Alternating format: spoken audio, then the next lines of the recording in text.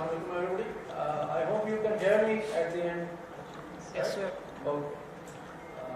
So, okay, so I don't have a lot of time, so I will be quick. So there is, we always talk about industrial revolutions and how they disrupt not only business but also human life.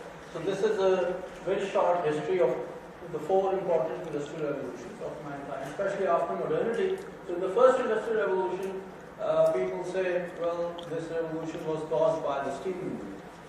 Although, when you look at it from a degree of complexity, then when you compare the degree of complexity of today's revolution with the steam engine revolution, then that complexity is very low.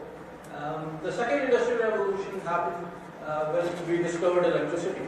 The third industrial revolution happened when we discovered how to digitize data, how to quantify it, and then use it in terms of running some basic algorithms on it. Use it, for example, a computer or a program logic controller and so on. And now we are in the fourth industrial revolution, and this starts with the incumbency of artificial intelligence. So what is it? What is it? What is AI? Many people ask this question. So very simple definition of AI would be the ability of a machine to perform cognitive functions, to think like a human being. Okay. Now that cognitive function or thinking involves many different aspects.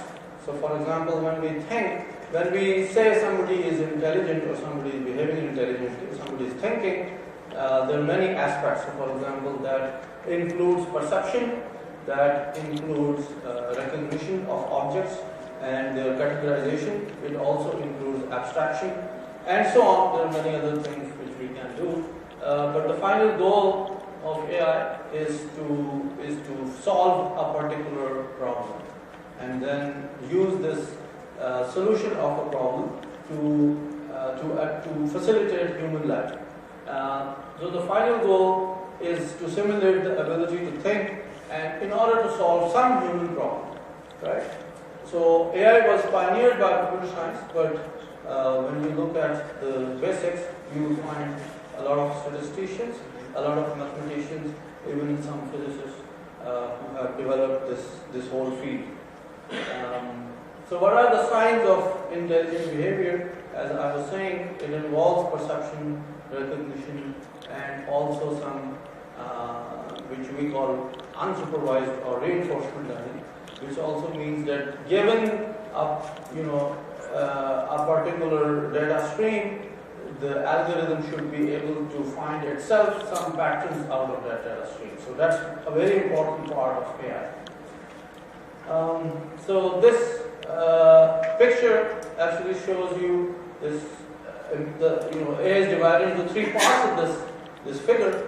So in the first part, what you see is all the inputs from which we can receive the data on which we will run some kind of an algorithm, right? So for example, we have machine vision, speech recognition, natural language processing. So all of these provide us the data from which we can then run certain algorithms in order to solve certain problems. Secondly, what you see here are all the processing parts. So this is what goes on when you run an AI algorithm. So for example, information processing, how do you learn from data? How do you explain and plan about agents?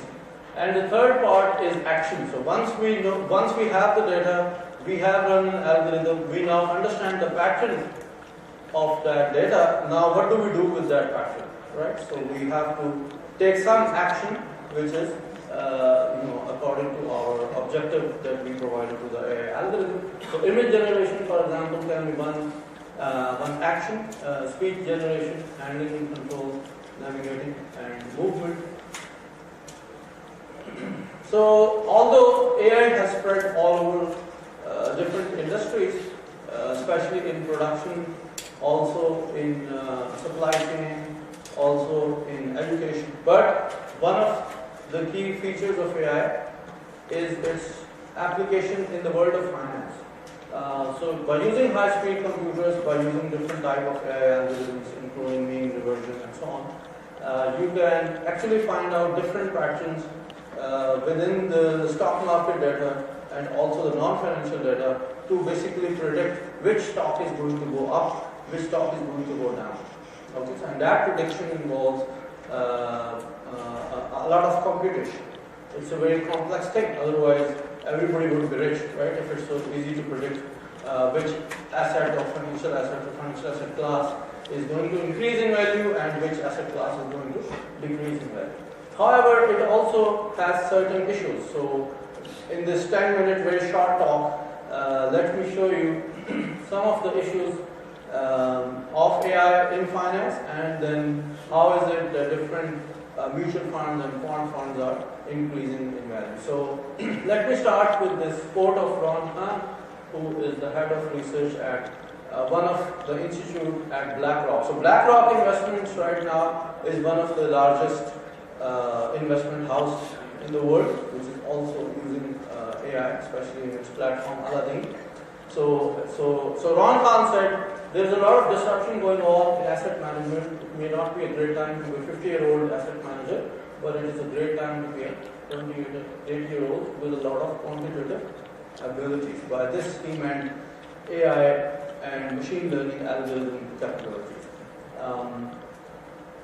So if you look at assets under management from 2010 till 2017, this is a very recent figure that I got from Financial Times.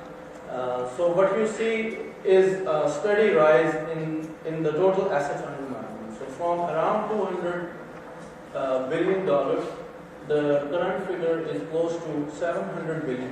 And all these mutual funds are quant-based, which means that there is a particular algorithm running behind the calculation of the portfolio construction of these funds. Okay, so they're not being run by a professional mutual fund manager. They are being run by some AI algorithm, which is trying to determine what would be the most optimal portfolio, in order to increase the total asset value of the portfolio. So from this, you can clearly see that this industry is on the rise. Also, this figure shows you from 2010 again to 2017.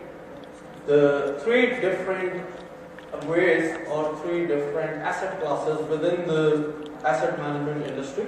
So one is smart beta ETFs. ETFs are exchange traded funds, which are tracking some kind of an index. Then quant mutual funds, and then also quant hedge funds. So these graphs basically show how value of AI in the finance and the asset management industry is increasing over time, and this is a very steady increase that we see. However, there is also sometimes certain issues. So for example, recently in February 2018, there was what we call a flash crash. So a flash crash is a sudden downward movement of the whole index. So this diagram basically shows you the Dow Jones index movement. So what you see here is a certain downward movement, a collapse in one sense, and then again a certain rise of the index. Right? So these flash crashes happen because many algorithms are set up to work in a certain fashion in the same way. So the moment that particular asset or that particular volume or a particular stock reaches a particular level, the algorithm kicks in. And since all of them are based on the same logic, when all of them kick together, these flash crashes happen. Okay, so this is one of the issues of using algorithms in AI. Again, this shows the same thing in February 2018. This green one shows you the S&P 500 index, and the yellow one shows you the price of dollars, the price of gold. So in both cases, what you see is that although AI is being used, it's increasingly being used, and those investment houses which are using AI have reported returns for, let's say, above 50%.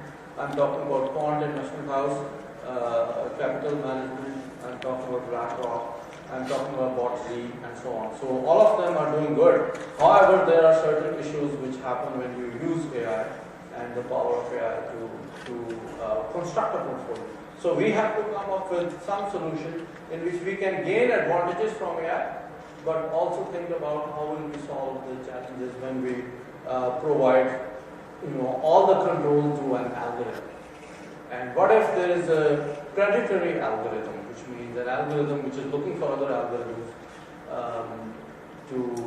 to make use of those algorithms in order to make money, right? So all of these are questions which I'm sure the speakers here will talk about some solutions to these questions, and also will introduce you more to AI. My objective was just to introduce AI, tell you that this is a historical evolution of mankind, and also in the end I would like to inform you that KSBL, actually our MBA program, is the only one in Pakistan that at least I know of where we offer a course on digital economy. So I'm teaching this course on digital economy in which I'm explaining the use of AI in different industries. So in a factory, how can you use AI?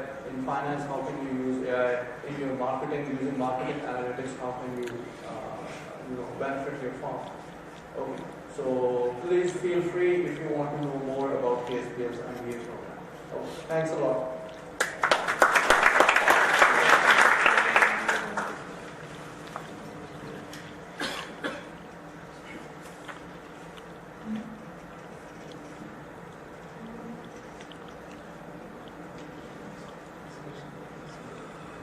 Thank you so much, Shwebal Aksab, for your eminent time and valuable insight over AI. कि किस तरह से AI का एक loom भी है, obviously बहुत सारी चीज़ों में हमें लगता है कि AI जो है वो ऐसी USB है जिसको हमने प्लग किया तो अब गेमिंग शुरू हो जाएगी, लेकिन जो है वो ऐसा नहीं है. AI को हमने स्मार्टली यूज़ करना है